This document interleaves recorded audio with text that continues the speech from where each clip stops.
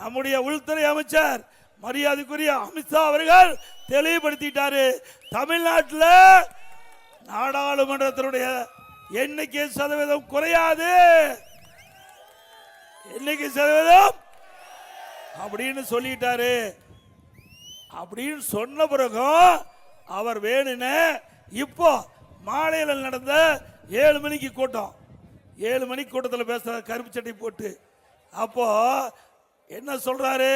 இதுக்கு முந்தி காலையில் சொன்னது திரு எடப்பாடி பழனிசாமி திரு உள்துறை அமைச்சர் ஒரு கூட்டத்தில் பேசுறது வச்சுக்கிட்டு சொல்றாரு அதை போய் தண்ணியில் எழுதி வைக்கணும்னாரு. இப்ப சாயந்தரமும் 6 மணிக்கு உள்துறை அமைச்சர் தெளிவுபடுத்தி விட்டார். தமிழ்நாட்டுக்கு இந்த பாராளுமன்ற தொகுதி வரையறை 59 அறிவிச்சிட்டார். 59. நீ தமிழ்நாட்டுடைய எம்பி 59. ஏற்கனவே பாராளுமன்ற சதவீதம் இப்ப இருக்கிறது 7.18. 7. ஸ்டாலின் சொல்ல இது குறைஞ்சிரும் அப்படின்னு கருப்பு சட்டை போட்டுட்டு இருந்தார். இப்போ 7.23. 7. அப்ப 5 ஏறி போச்சு. 5 ஏறி போச்சு. சட்டை கழட்டிட்டு வேண்டியதானே?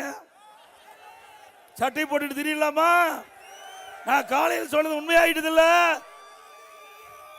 சரி, ஒரு நாட்டினுடைய முதலமைச்சர் 6 மணிக்கு பாராளுமன்றத்தில் உள்துறை மந்திரி பேசிட்டாரு.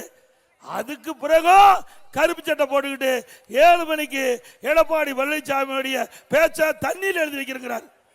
ஏப்பா, நான் எத்தனை முறை தான் தொண்டை காய கத்துறது? ஏப்பா, நான் தான் இல்லைன்னு சொன்னேன். ஆனா நீங்க திரு ஸ்டாலின் இல்ல எடப்பாடி பழனிசாமி வேணுமென்றே திட்டமிட்டு தமிழகத்தை வஞ்சிக்கிறார், இன்னைக்கு மத்தியில் இருக்கின்ற ஆட்சியாளருக்கு அடிமை அப்படியெல்லாம் பேசிட்டு இருந்தார். நான் இல்லவே இல்லை. ஏற்கனவே உள்துறை அமைச்சர் தெளிவுபடுத்தி விட்டார். தமிழ்நாட்டில் நாடாளுமன்ற தொகுதியுடைய எண்ணிக்கை குறையாது, ஏற்கனவே இருக்கின்ற சதவீதத்துக்கு குறையாதுன்னு சொல்லிட்டார். அப்படின்னு சொன்ன பிறகும் இப்ப கருப்பு சட்டை போட்டுக்கிட்டு 6 மணிக்கு சொல்லி 7 மணிக்கு பேசுறீங்க. அப்படின்னு அந்த நாட்டினுடைய தமிழ்நாட்டுடைய நிலைமை என்ன? ஒன்னும் தெரியாத முதலமைச்சர் தானே. உங்களுக்கு உளவுத்துறை இருக்குல்ல, உளவுத்துறை கையில் இருக்குதுல்ல, உளவுத்துறை என்ன சொல்லிருக்கணும்? கருப்பு சட்டை கழட்டிருங்க. உண்மையான அரசாங்கமா இருந்தா கருப்பு சட்டை கழட்டிருங்க. நீங்க வைத்த கோரிக்கை இல்ல நிறைவேற்றிட்டாங்க, அதுக்கு மேல நிறைவேற்றிட்டாங்க. நீங்க என்ன நினைச்சீங்களோ அதுக்கு மாறா மத்திய அரசாங்கம் எல்லாம் சமமா, இந்தியாவில் இருக்கிற அனைத்து மாநிலத்துக்கும் சமமா தமிழ்நாட்டில் நாம என்ன கோரிக்கை வச்சோமோ அது நிறைவேற்றப்பட்டு விட்டது. ஸ்டாலினுடைய முகத்துல கரி பூசியாச்சு. திமுக தலைவர் இன்றைய முதலமைச்சர் ஸ்டாலின் அவருடைய கூட்டணி கட்சி தலைவர் அறிக்கை மேல அறிக்கை தினம் ஓடிட்டு இருந்தது. இன்னைக்கு போறோம் அதுக்கு பூரா முட்டுப்புள்ளி வச்சாச்சு. திரு ஸ்டாலின் அவர்களே, அண்ணா திமுகவை நீங்க பலவீனமா நினைக்காதீங்க. அண்ணா திமுக தொண்டன இருக்கிற வலுவு கூட உங்களுக்கு இல்ல. அண்ணா திமுக தொண்டனுக்கு இருக்கிற வலுவு கூட முதலமைச்சருக்கு இல்ல. புரிஞ்சு பேசுங்க. நீங்க சொல்ல மாதிரி இந்த மங்குனியா இருக்கிற காரணத்துலதான் 6 மணிக்கே உள்துறை அமைச்சர் நாடாளுமன்றத்தில் தெளிவா சொல்லிட்டார். அதுக்கு பிறகு என்ன பண்ணணும்? உடனே ஆளுங்கட்சியில் இருக்கிற முதலமைச்சர் உளவுத்துறையின் மூலமாக இல்லது ஏதாவது 37-39 பேர் எம்பி இருக்காங்கல்ல, ஒருத்தராவது சொன்னாங்களா? ஒருத்தராவது முதலமைச்சர்கிட்ட தொடர்பு கொண்டு ஐயா இப்படி இல்லை, நாம நினைத்ததை விட கூடுதல் சதவீத இடம் கிடைச்சிருக்குது அப்படின்னு ஒருத்தராவது சொல்லியிருக்காங்களா? அங்க வேஸ்ட் லக்கேஜ் எல்லாம் 39 பேரும் போய் பெஞ்ச தேய்ச்சிக்கிட்டு இருக்குது. 39 எம்பி நாடாளுமன்றத்தில் பெஞ்ச தேய்க்கிறது கரெக்ட். நினைச்சு பாருங்க. இந்த 39 எம்பி எப்ப பார்த்தாலும் ஸ்டாலின் சொல்றார் 2024 எங்கள் திராவிட முன்னேற்ற கழக தலைமையில் அமைக்கப்பட்ட கூட்டணி 39 இடத்துல வெற்றி பெற்று சொல்றார். என்ன செஞ்சாரா? ஓட்டு போட்ட மக்களை நினைச்சு பாத்தீங்களா? இங்க மத்திய இணையமைச்சர் மரியாதைக்குரிய சகோதரர் முருகன் தான் வந்திருக்காரு. சட்டமன்றத்தில் பெண்களுக்கு 33% இடஒதுக்கீடு. 33% நீண்ட காலமாக பெண்கள் வைத்த கோரிக்கை. இன்றைக்கு அவளுக்குன்னு தனி பிரதித்துவம் வேண்டும் என்று இதையெல்லாம் அறிந்துதான் இதே புரட்சி தலைவி அம்மா அவர்கள் இருக்கின்ற பொழுது இன்றைக்கு உள்ளாட்சியில் 33% 50% உயர்த்தணும். உள்ளாட்சியில் 50% உயர்த்தணும்.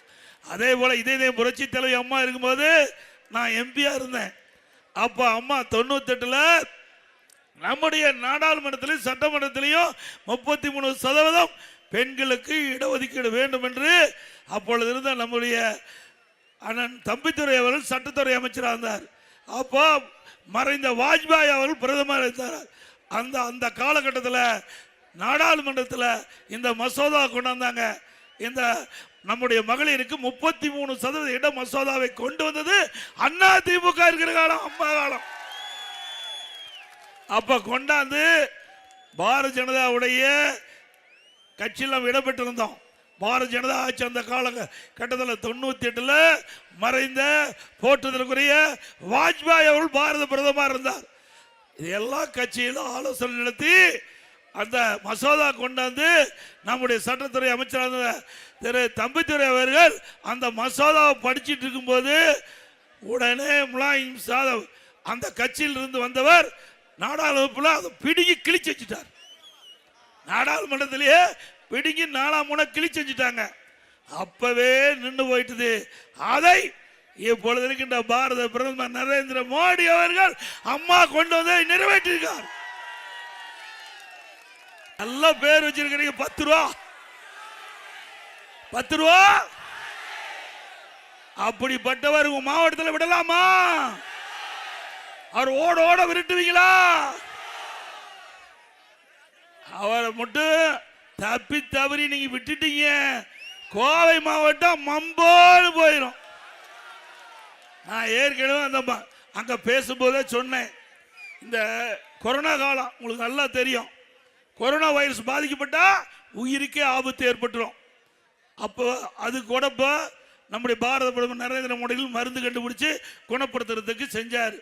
ஆனா இப்போ இந்த நம்முடைய கோவை தெற்கு சட்டமன்ற தொகுதியில் வந்திருக்கிற அந்த கொரோனா சாதாரண கொரோனா இல்ல, அதுக்கு மருந்தே இல்ல. அந்த வைரஸ் தாக்கப்பட்டுட்டா இந்த கோவை மாவட்டம் அதோட போயிடும். ஏன்னா கரூர்ல முடிச்சு கட்டிட்டாரு. கரூர்ல இப்ப எங்க வந்துட்டாரு? உங்க மாவட்டத்துக்கு வந்துட்டார், கோயம்புத்தூர் மாவட்டம் வந்துட்டார். இந்த அதிகாரிகள் டிரான்ஸ்பர் மாதிரி அங்க டிரான்ஸ்பர் ஆகி இங்க வந்திருக்கார். நல்லா சிந்திச்சு பாருங்க. நல்ல மனிதராக இருந்தால் ஒரு சட்டமன்ற உறுப்பினர், ஒரு அமைச்சராக இருந்தவர் தன்னுடைய சொந்த தொகுதி விட்டுட்டு வெளியே வருவாங்களா? நான் இப்ப 11வது முறையா எடப்பாடியில் நிக்கிறேன். 11வது முறையா நிக்கிறேன். ஆரம்பிச்சார் தொண்டாமுத்தூர்ல ஆரம்பிச்சார் வேலுமணி நிக்கிறாரு. உன்னால நிக்க முடிஞ்சுதா? அங்க ஓட ஓட விரட்டி இங்க கோவை தெற்கு சட்டமன்ற தொகுதிக்கு வந்து நிக்கிறாரு. நல்லா சிந்திச்சு பாருங்க. நான் விளையாட்டா சொல்லிங்க, சாதாரண ஆள்லிங்க. எல்லாத்துக்கும் ஆண்டவன் மூளை படைச்சிருக்காரு, அவருக்கு தனி மூளை படைச்சிருக்காரு. அவருக்கு என்ன, எல்லாரும் நல்லது செய்யறதுக்காக ஆண்டவன் நமக்கு இறைவன் மூளை பிடிச்சிருக்காரு. அவருக்கு மட்டும் தீய எண்ணம் தான் தோன்று அந்த மூளையில, வேற எதுவுமே தோன்றாது. அவர் சிந்திப்பது எல்லாமே எப்படி ஒருத்தரை ஏமாத்தலாம், எப்படி ஒருத்தரை தவறான வழியில வீழ்த்துவது, அப்படி ஒருவர் தான் வந்து நிற்கிறாரு. தயவு செய்து வந்திருக்கிற மேட்டுப்பாளையத்தில் தான் சரி, இல்லது அவனாசியில் இருந்தாலும் சரி, கவுண்டம்பாளையத்தில் இருந்தாலும் சரி, இந்த கோவை மாவட்டத்தில் இருக்கிற அத்தனை சட்டமன்றத்தில் இருக்கிற மக்களை அங்க கவனத்தை செலுத்துங்க. ஒட்டுமொத்த மாவட்டத்துக்கு ஆபத்து வந்துடும். ஒட்டுமொத்த மாவட்டத்துக்கு ஆபத்து வந்துடும். இன்னொருத்தர் பேசுறார், சிதம்பரம் பேசுறார். காலையிலிருந்து டிவியில் ஓடுது, சன் டிவியில் நேரத்திலிருந்து ஓடுது. எடப்பாடி பழனிசாமி ஏற்கனவே முதலமைச்சராக இருந்தார், பிரதான எதிர்கட்சி தலைவராக இருந்தார். இன்னைக்கு அமித்ஷா சொன்னா நடந்துருக்குமா அப்படின்னாரு. நடந்துட்டு இல்ல, அவர் சொன்னார்.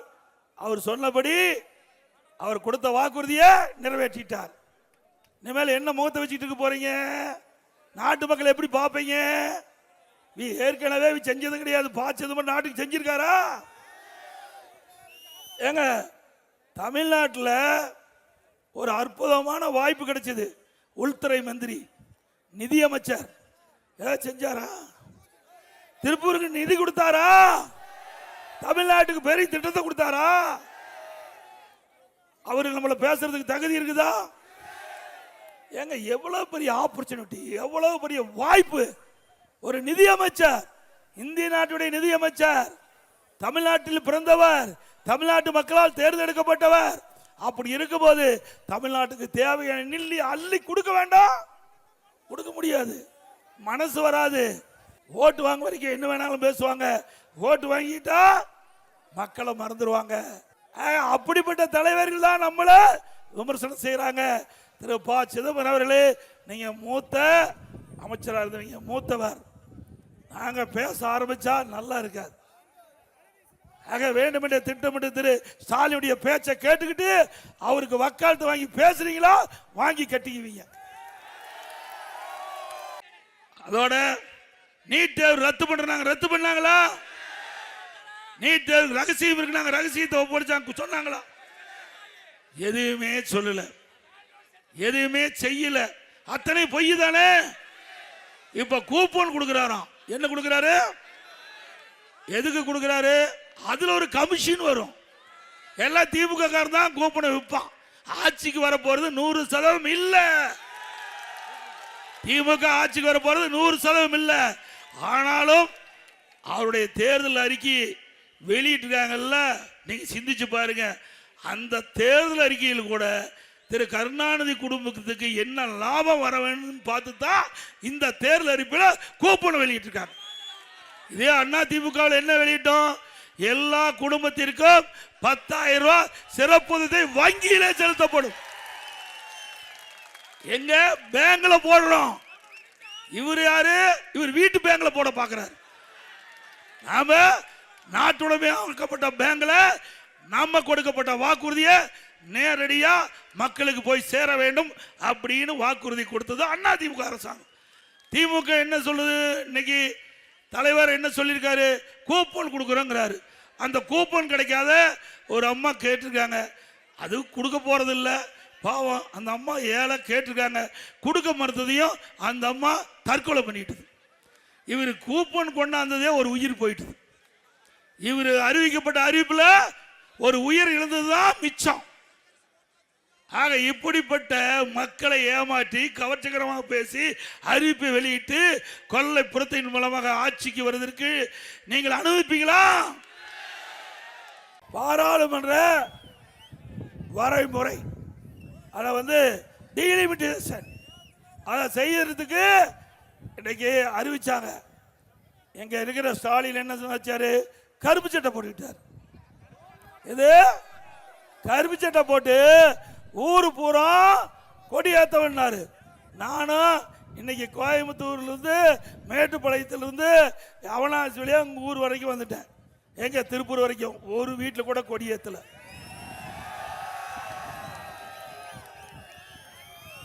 எதுக்கு? தமிழ்நாட்டுடைய நாடாளுமன்றத்துடைய எண்ணிக்கை குறைஞ்சு போயிடும் அப்படின்னு சொன்னார். நான் ஏற்கனவே தெளிவுபடுத்தினேன், காலையிலேயே பேசினேன். கோயம்புத்தூர் கூட்டத்தில் அறிவிச்சார் திரு வேலுமணி அவர்கள். கோயம்புத்தூர் தெற்கு சட்டமன்ற தொகுதியில் நடந்த பொதுக்கூட்டத்தில் பேசினேன். அப்பொழுதே தெளிவுபடுத்தினேன். நம்முடைய உள்துறை அமைச்சர் மரியாதைக்குரிய அமித்ஷா அவர்கள் தெளிவுபடுத்திட்டாரு. தமிழ்நாட்டில் நாடாளுமன்றத்தினுடைய எண்ணிக்கை சதவீதம் குறையாது, எண்ணிக்கை சதவீதம் அப்படின்னு சொல்லிட்டாரு.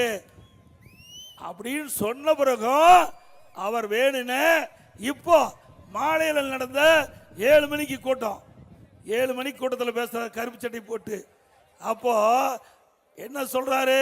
இதுக்கு முந்தி காலையில் சொன்னது திரு எடப்பாடி பழனிசாமி திரு உள்துறை அமைச்சர் ஒரு கூட்டத்தில் பேசுறது வச்சுக்கிட்டு சொல்றாரு, அதை போய் தண்ணியில் எழுதி வைக்கணும்னாரு. ஸ்டாலின் இன்றைக்கு கருப்பு சட்டை போட்டுக்கிட்டு இருக்காரு.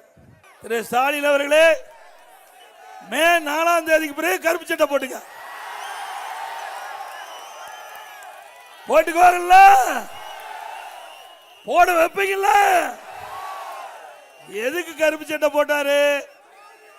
இன்றைக்கு நம்முடைய இதயம் புரட்சி தலைவி அம்மா அவர்கள் பெண்களுக்கு 33% இட ஒதுக்கீடு சட்டமன்றத்தில் நாடாளுமன்றத்தில் வேண்டும் என்று முதல் குரல் கொடுத்த கட்சி அதிமுக கட்சி.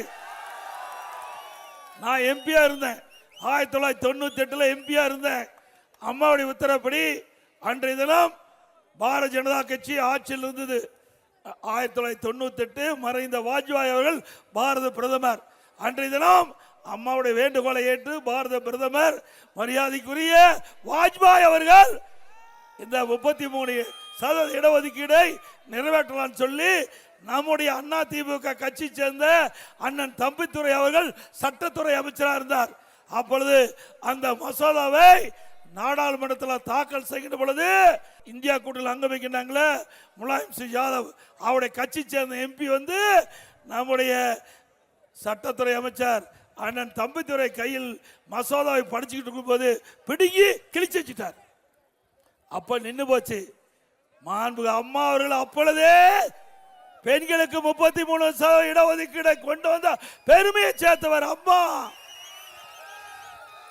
இன்றைக்கு பாரத பிரதமர் நரேந்திர மோடி அவர்கள் பெண்களுக்கு உரிமை வேண்டும், பெண்களுக்கு சம வாய்ப்பு அளிக்க வேண்டும், பெண்களும் இன்றைய தினம் ஆண்களுக்கு இணையாக வாழ்ந்து கொண்டிருக்கின்றார்கள். அப்படி பெண்களுடைய உரிமையை நிலைநாட்டுகின்ற விதமாக சட்டமன்றத்திலும் நாடாளுமன்றத்திலும் 33% இடம் கிடைக்க வேண்டும், இடஒதுக்கீடு செய்ய வேண்டும் என்று ஏற்கனவே சட்டம் ஒருமனதாக நிறைவேற்றப்பட்டு இன்றைக்கு அதுக்கு வடிவம் கொடுக்கிறாங்க. இப்பொழுது பாராளுமன்றத்தினுடைய இன்றைக்கு தொகுதி பாராளுமன்ற தொகுதி வரைய